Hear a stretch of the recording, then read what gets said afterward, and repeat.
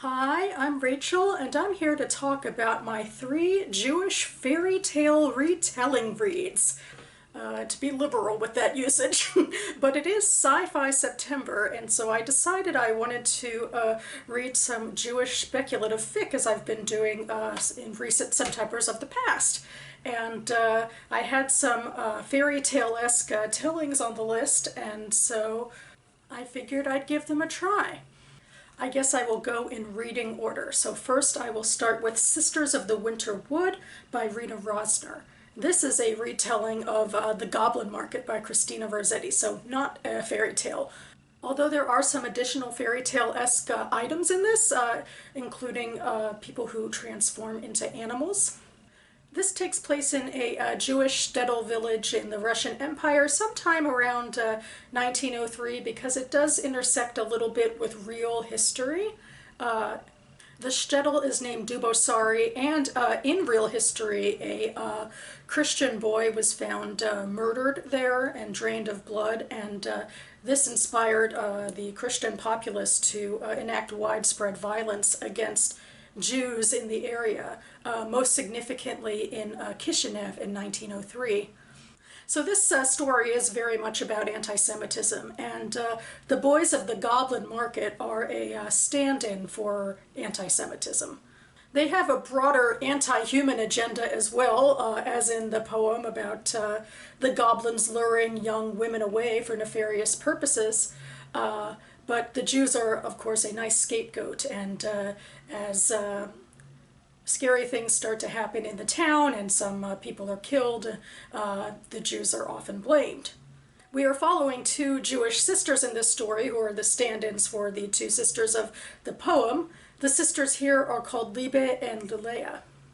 And both of them can transform into animals like their parents before them. Libe can turn into a bear and Leia into a swan, although it's an awakening part of this story, like not something they were used to before the story started. And also, of course, Leia is the sister who is enchanted by the boys with the fruit, as she's the one who looks most Gentile, and there's a story behind that as well. And Liba is left alone because her parents are sent off on another plot, so they're alone in their home, and Liba has to try and save her. And if you know the Goblin Market, you know how she does ultimately save her.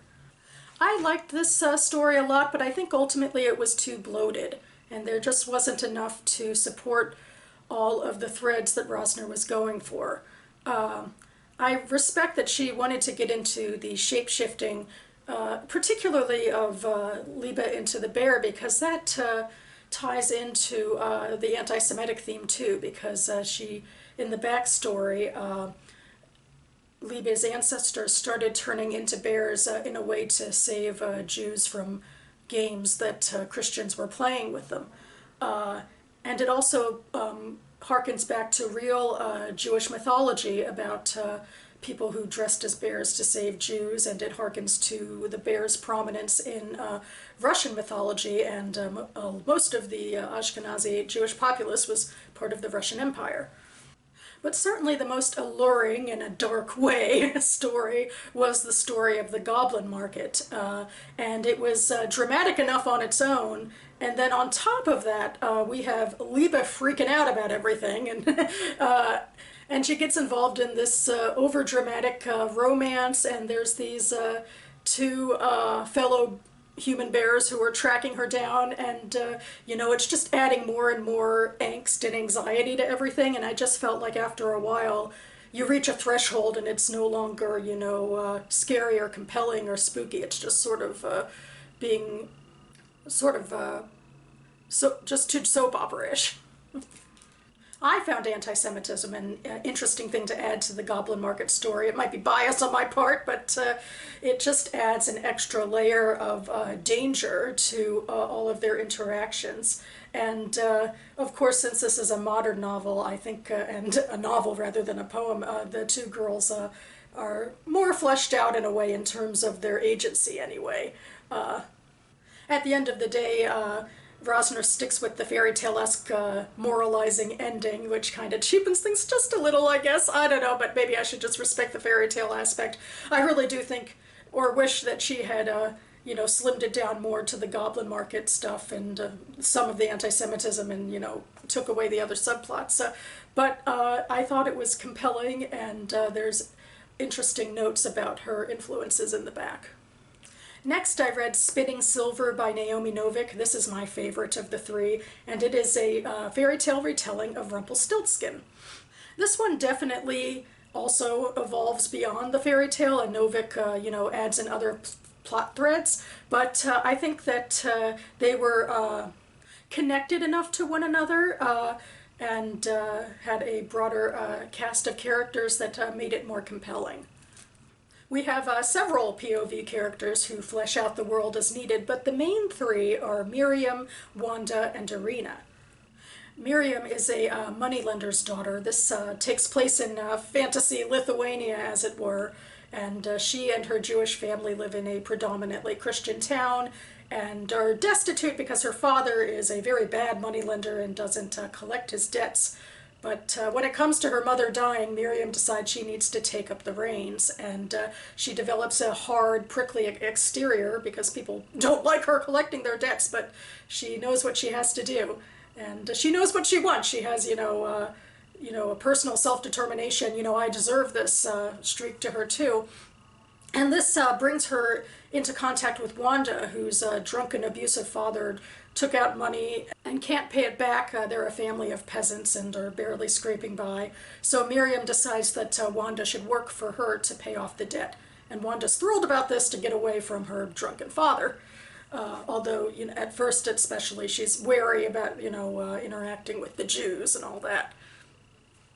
And our final narrator, Irina, is the daughter of the Duke in the nearby city, and she comes into play when the main plot comes into play, where Miriam is quite foolishly bragging that she can, proverbially turn a silver into gold. But fantasy Lithuania is home to a fairy-esque group of people called the Sterix. They sort of live in a parallel universe close by, and they really would like some gold. And so the Steric king decides to set her 3 challenges to see if she can turn his silver into gold, which she does by taking the silver to a jeweler, turning it into jewelry, and, collecting gold for it. And Irina ends up owning the jewelry, and the jewelry acts as a portal into the Steric world for her, which is useful because she is also embroiled in another magical plot where her life is in danger and she might want to escape sometimes. Miriam is ultimately taken against her will by the Rumpelstiltskin-esque Steric king to the land of the Sterics, where her power to change silver into gold becomes, a physical thing. And she does that, and because she's forced to, but although then she starts to realize that as she turns silver into gold, she is forcing a forever winter onto her people, which, would ultimately mean death. And meanwhile, she runs into Irina in the Steric world, and Irina also is in a bind because of her husband with a demon inside of him, as you do. And the 2 girls decide to take matters into their own hands and to save their world and to save themselves. But it's not as easy as all of that. It's not easy answers because they basically have to choose between these 2 monsters. And when they make a choice, they might be condemning innocents, either on their side or the Steric side to death. So there's a lot of grayness in this, and that, no choice is completely, black or white. And the characters have to fight their own, internal sense of right and wrong, as well as external forces. And I really appreciated that, and I felt like the character building was wonderful for that, because we understood where Miriam was coming from for her, how she saw things through terms of paying off debts, and Irina sort of has this matriarchal, I'm in charge of the people, I need to save my people sort of attitude. And meanwhile, Wanda's not as directly involved in the planning of all of this, but she is going through her own stuff, and she's getting more and more involved with the family, with Miriam's family, and her brothers are getting involved too, and she's helping out, and she's also sort of basically finding herself because she was, you know, in such a horrible situation, and now she's able to sort of find a family and, you know, embrace love. And I guess I'm getting into spoilers, but I loved all of this. I thought that there were just such wonderful messages about hope and community and family and coming together even when magic and other divisions keep people apart, because of course there's also some anti-Semitism in here as well, some anti-Jewish sentiment. Although, of course, as well, Novik, you know, switches everything on its head and turns Rumpelstiltskin, who could be seen as a Jewish stereotype, into a non-Jew, and makes the miller's daughter into a Jew. So that was quite lovely. And of course, once again, with this one, you know, we have a modern take on female heroines who, you know, take matters into their own hands. Another thing I really did like about this story, although this in part just harkens to Rumpelstiltskin, is the idea of names having power and not to give up names, because that plays into the Bible, and so I, you know, appreciate that little niggle. And even though, you know, there's no real, like, magic in Judaism exactly, there is, like, a MacGuffin that a Jewish prayer gets started on the road. You're trying to, you know, avoid spoilers. But I think that it was Novik's way to say that, you know, Judaism, you know, has merit in this world. There also is a little bit of romance. I guess you could call it romance. I'm not sure I would. But at no point do the women really lose agency over themselves, so, you know, it's all good. And finally, I just finished The Red Magician by Lisa Goldstein. This is the least Jewish fairy tale-esque. It's not a retelling, it's not a fairy tale, it just has magic. It also takes us out of the Russian Empire sort of old and into, well, the most modern well-known form of anti-Semitism, which is the Holocaust. This story starts in a secluded Hungarian village of Jews where out there in the world the Holocaust is happening, the Nazis are invading, but they're barely aware of it until a traveling man, a traveling magician, comes to town, and he's had visions and he's trying to get them to leave, but he's really just freaking them out, and they just have no compunction that anything bad could happen to them, especially since their rabbi is like stalwart and saying, we're fine here. And the rabbi also has magic, and he and the magician Voros get into it and have Kabbalistic battles and all of that. So in this story, the Jews have the magic. But the Holocaust does reach them, and the people are taken from their homes and bused to death camps near the end of the war. I should say that we do have a main character in here, Kissy, a young girl named Kissy, who, when we meet her, she is a vivacious, curious girl who wants to travel the world and peppers Voros with a lot of questions and is our witness to all of the magical, Kabbalistic battling between the rabbi and Voros. But ultimately she is taken to a camp, separated from all of her family, most of whom are killed.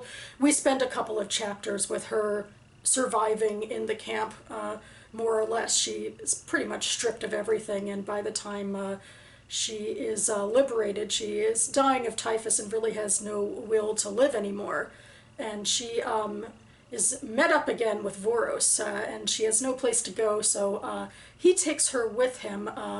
The rabbi is alive still, and he has a grudge against Voros and blames him for the death of his daughter, who died in the camps.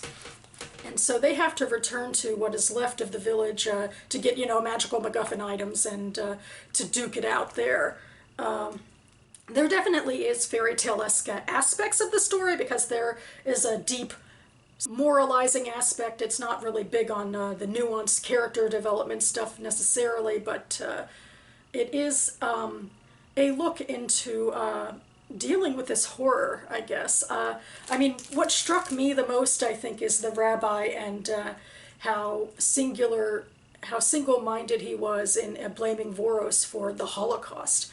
And this is something that isn't just in fantasy. There are Jews out there who, you know, blame unrelated things for the Holocaust.